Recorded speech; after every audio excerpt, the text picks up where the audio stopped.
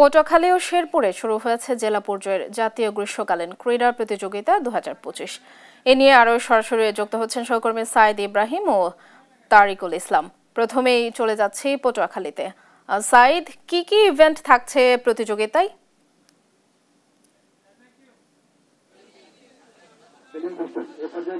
ধন্যবাদ। যেমনটি বলেছিলেন, আসলে ক্রীড়াই শক্তি, ক্রীড়াই বল। এই প্রতিপাদ্য নিয়ে 52তম গ্রীষ্মকালীন যে খেলা, সেই খেলা আজকে সকাল 10টায় অনুষ্ঠান উদ্বোধন হওয়ার কথা থাকলেও বৈরী আবহাওয়ার কারণে কিন্তু একটু বিলম্ব হয়েছে এবং সেজন্য কিন্তু আসলে এই কিছুক্ষণ আগে উদ্বোধন হয়েছে এই বৈরী আবহাওয়ার ভিতরেই।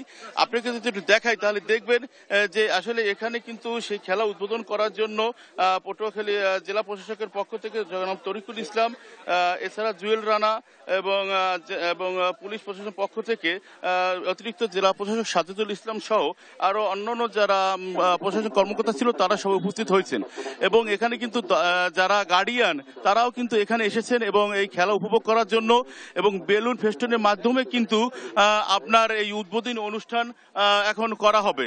আমি একটু ক্যামেরা পার্সনের মাধ্যমে দেখাচ্ছি যে এই যে বেলুন ফেস্টুন দিয়ে কিন্তু এখন উদ্বোধন হবে এবং সবাই কিন্তু উৎফুল্লভাবে কিন্তু আজকে এই খেলাটা পরিবেশন। এখানে 7টি খেলার ভিতরে আপনার দাবা, কাবাডি, ফুটবল, সাঁতার, এই খেলাগুলো আজকে উদ্বোধন হবে এবং সবাই চাচ্ছেন এবং খেলা যেন অব্যাহত থাকে এবং এই খেলা যেন সবসময় যেন থাকে। খেলা, এই সমস্ত খেলা খেললে এবং আপনার মানুষের মন মানসিকতা ভালো থাকে। যুব সমাজ, এই যুব সমাজ সে যত খারাপ কাজ থাকুক না কেন তার ভিতর থেকে ভালো কাজের ভিতরে চলে আসবে।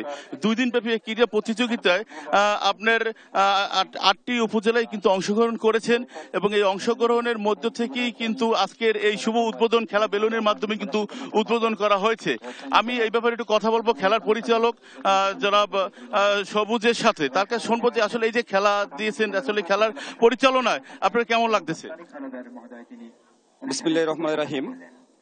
তো 52তম গ্রীষ্মকালীন ক্রীড়া প্রতিযোগিতা 2025 পটুয়াখালী উদ্বোধনী অনুষ্ঠান ইতিমধ্যেই হয়ে গেছে, আপনারা ইতিমধ্যে লাইভে দেখেছেন। তো ধন্যবাদ দেশ টিভির কর্তৃপক্ষ এবং সুধী দর্শকবৃন্দকে।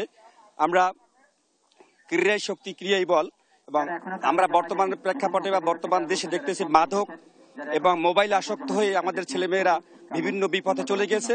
এই খেলাধুলা যদি বহাল থাকে তাহলে তাদের এই মাদক এবং মোবাইল আসক্তি থেকে তাদের বেরিয়ে আসবে এবং তারা বিভিন্ন এবং ধন্যবাদ। যেমনটি বলেছিলেন, আসলে পটুয়াখালী 2 দিন ব্যাপী এই খেলা চলবে। আগামীকাল বিকেল 3টায় কিন্তু এই খেলা শেষ হবে এবং প্রতিযোগিতা পুরস্কার বিতরণ করা হবে। আমরা এখন সরে যাব শেরপুরে তরিকুলের কাছে, তার কাছ থেকে শুনবো সেখানকার খেলার কি খবরাখবর। তরিকুল।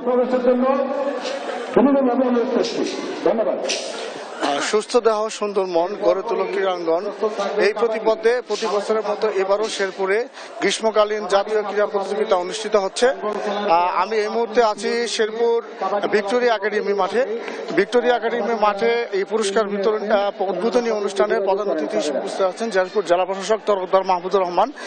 জেলার 5টি উপজেলা থেকে বিজয়ী 5টি ইভেন্ট যেমন হচ্ছে আপনার ফুটবল, ভলিবল, কাবাডি, দাবা এবং ক্যারাম, এই প্রতিযোগিতাগুলোর জেলা পর্যায়ে যারা বিজয়ী তারা জেলা পর্যায়ে খেলার জন্য শেরপুর জেলা শহরে এসেছেন। শেরপুর জেলাতে এই মধ্যে 3টি ইউনিভার্সিটি আছে, একটা হচ্ছে জিকে পাইলট উচ্চ বিদ্যালয়, ভিক্টোরিয়া একাডেমি। এই খেলা স্পোর্টগুলোতে আজকে যারা বিজয়ী হবে তারা আঞ্চলিক পর্যায়ে এবং উপ আঞ্চলিক পর্যায়ে এবং সর্বশেষ তারা জাতীয় পর্যায়ে অংশগ্রহণ করবে।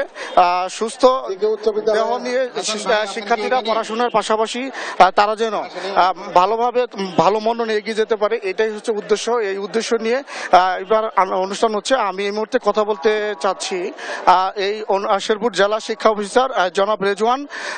জি, জনাব রেজওয়ানের সাথে আমরা একটু কথা বলবো। আচ্ছা, আপনাদের যে জেলা পর্যায়ে যে আপনাদের যে প্রোগ্রাম, এই প্রোগ্রামে আসলে আপনারা কি ধরনের কর্মসূচি গ্রহণ করছেন?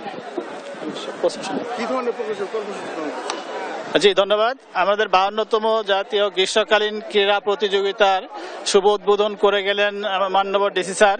আমরা জেলা পর্যায়ের এই খেলাধুলা 5টি ইভেন্ট আছে, ফুটবল, হ্যান্ডবল, কাবাডি, দাবা এবং সাঁতার, তিনটা ভেন্যুতে অনুষ্ঠিত হবে। ধন্যবাদ শেফালি। আপনি শুনছিলেন শেরপুরের জেলা শিক্ষা অফিসার রেজন বলছিলেন যে শিক্ষার্থীদের পড়াশোনার পাশাপাশি তাদের শারীরিক এবং মানসিক বিকাশের ক্ষেত্রে যে আসলে খেলাধুলা খুবই ইম্পর্টেন্ট, তিনি এই কথাটাই আমাদেরকে বলছিলেন এবং পরবর্তীতে এই ধরনের কর্মসূচি তারা চালিয়ে যাবেন। শিক্ষার্থীরা যেন পড়াশোনার পাশাপাশি তাদের মনন, দেহ এই সমস্ত যেন সঠিকভাবে ঠিক রাখতে পারে, এই জন্য তারা এই কর্মসূচি তারা প্রতিনিয়ত পালন করবেন। শেফালি, এই ছিল শেরপুর থেকে জাতীয় ক্রীড়া প্রতিযোগিতা সর্বশেষ তথ্য।